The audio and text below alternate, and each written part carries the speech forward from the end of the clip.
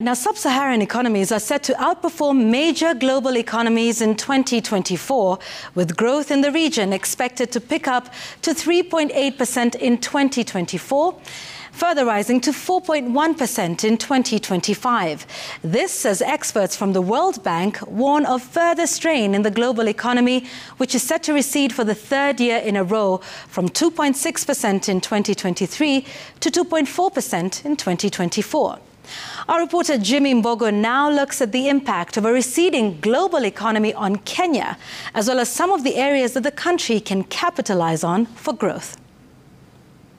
Edition of the World Bank's Global Economic Prospect released today, the lender has expressed optimism that as inflationary pressures fade and financial conditions ease, Sub-Saharan economies are expected to show some growth. But according to Ehan Kose, the World Bank's Deputy Chief Economist and Director of the Prospects Group, the growth of the frontier economies will be pegged on several other factors. Noting that, and I quote, to spark such booms, developing economies need to implement comprehensive policy packages to improve fiscal and monetary frameworks, expand cross-border trade and financial flows, improve investment climate, and strengthen the quality of institution. That is hard work, but many developing economies have been able to do it before.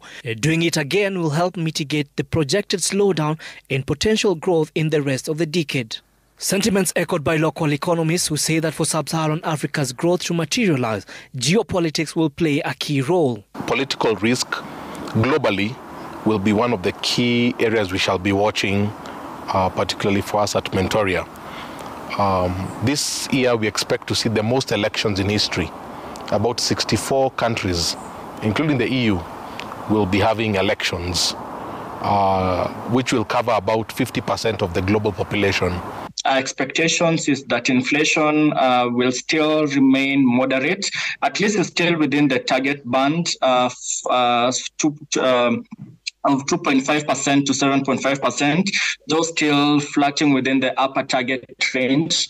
But still expectation is that based on some of these reforms or some of these measures that are being implemented by the government, we could now start to see inflation starting to come down. The experts, however, remain bearish over the country's tax policy, noting that the implementation of the Finance Act could further stifle the country's tax revenue due to the aggressive taxation put in place.